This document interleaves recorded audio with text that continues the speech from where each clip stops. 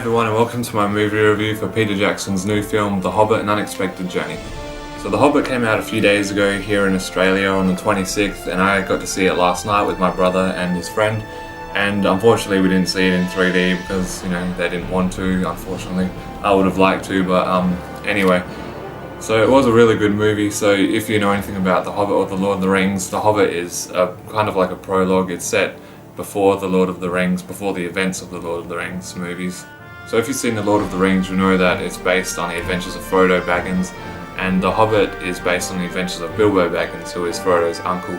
So this is the first film in a new trilogy that's going to happen. It's going to be 3 movies again. It was originally going to be just 2 movies, but they've extended it to be a trilogy now. So the first movie is called An Unexpected Journey, and it just sets the pace for what's going to happen over the next 2 films. So it's a fairly basic story. It's not as involved as the Lord of the Rings films were, but it's still really, really good. So the movie opens with a battle scene that's happened, years earlier, and it was when the dwarves lost their homeland to the orcs and the dragon.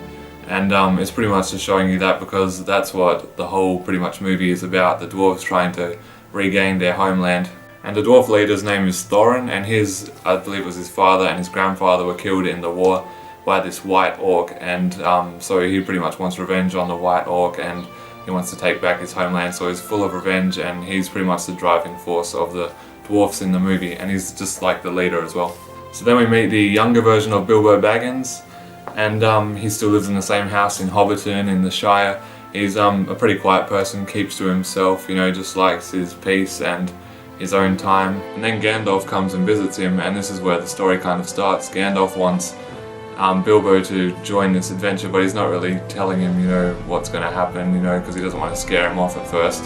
Bilbo doesn't really want to go on this adventure, he's content staying at home, he doesn't want anything to do with it really. But later on that night, these dwarves all start showing up at Bilbo's house, and there's about 12 of them, I think. They all show up at separate times, because Gandalf actually put a mark on Bilbo's door to show the dwarves where to go.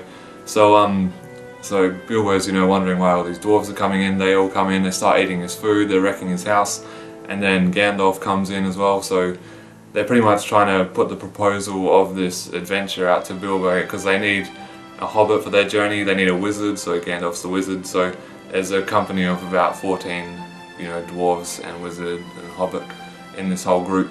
So it's kind of like the Fellowship of the Ring, they're gathering the Fellowship to go on this adventure. So that's the basic story. Bilbo is very reluctant at first, he doesn't want to leave his house, he doesn't want the possibility of death, even though there's going to be a really big adventure, but he decides eventually to, just go for it.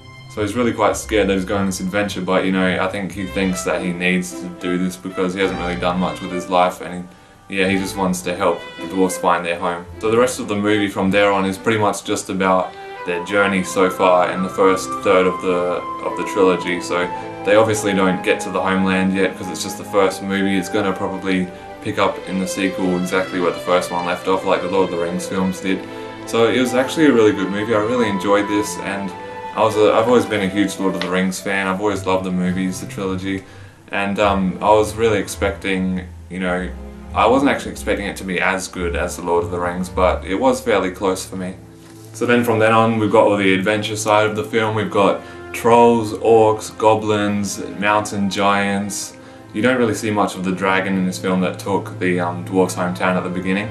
It's kind of hiding it, I guess, to show you what it looks like later on in the trilogy, but that'll be cool when you finally do see the dragon. So it's very much an adventure film. We've got a lot of adventure, a lot of journey, a lot of cartoonish humour in this film. You'll notice with the Lord of the Rings film, for a fantasy film, it's quite realistic in the violence and the look of the creatures. The Hobbit is a much more colourful, more humorous film, and there's a lot more unrealistic looking creatures in this movie, and there's a lot more CGI you'll notice than the Lord of the Rings trilogy. If you watch the Lord of the Rings, you'll see a lot of the sets, they're not actually sets, they're just real places in New Zealand where they filmed, and a lot of the makeup is just makeup, it's no CGI, but in The Hobbit, unfortunately, they've done what a lot of movies do these days, and they just get a bit lazy and CGI a lot of the set backgrounds and a lot of the characters and creatures and stuff like that. But it was really good CGI and it looked fairly good. I can't really comment on the 48 frames per second. I know it's the first movie to have 48 frames. Normally you've got 24 frames. I'm not even sure if I did see it in the 48 frames. It looked fairly normal to me. I mean, certain parts did look a bit more crisp and clear and fast, but I really liked the look of this film and the tone it was going for.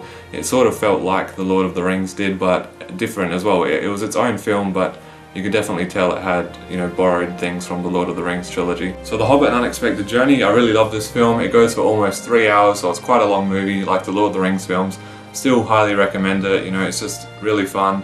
It does drag a little at the beginning, but you know, it was actually fairly good. I really liked the intro as well, but it was a bit slow. So the film stars Martin Freeman as Bilbo Baggins, the younger version. We've got Ian McKellen back as Gandalf the Grey, so he's not Gandalf the White anymore because this is before The Lord of the Rings, so he's Gandalf the Grey again. Richard Armitage plays the head dwarf Thorin, and he does really good in this movie. You've got Cate Blanchette back, and you've got Hugo Weaving again, and also Christopher Lee as Saruman.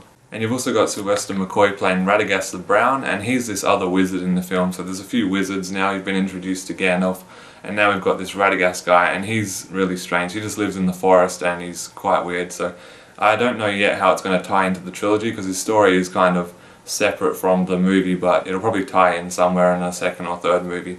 So what I also liked was the soundtrack. The soundtrack also used some of the Lord of the Rings songs, brought that back, as well as the new Hobbit song, so it was good to have a mix of both Lord of the Rings and Hobbit soundtrack in there. Oh, and I forgot, you've also got Andy Serkis in a scene back playing Gollum. So Gollum from the Lord of the Rings trilogy is back for a scene in this movie, and he does really good. The scene's called Riddles in the Dark, and it's between Bilbo and Gollum, and they have to tell these riddles. You know, if Bilbo wins, he gets shown the way out of the cave, but if Gollum wins, he gets to eat him or something like that. So it's really strange, but it's a cool scene. So thanks for watching my review, everyone, on The Hobbit: An Unexpected Journey. I hope you liked it, and definitely go see it. It'd be great if you could subscribe to my channel, check out my other videos, and yeah, I'll probably have an unboxing up sometime in the next few days of the Lord of the Rings trilogy. I went out and bought it today. It just got me back into the feeling of the Lord of the Rings again, so I just wanted to go out and buy it. So I've got the Blu-ray unboxing. I'll probably do that sometime over the next few days. So thanks for watching. Bye.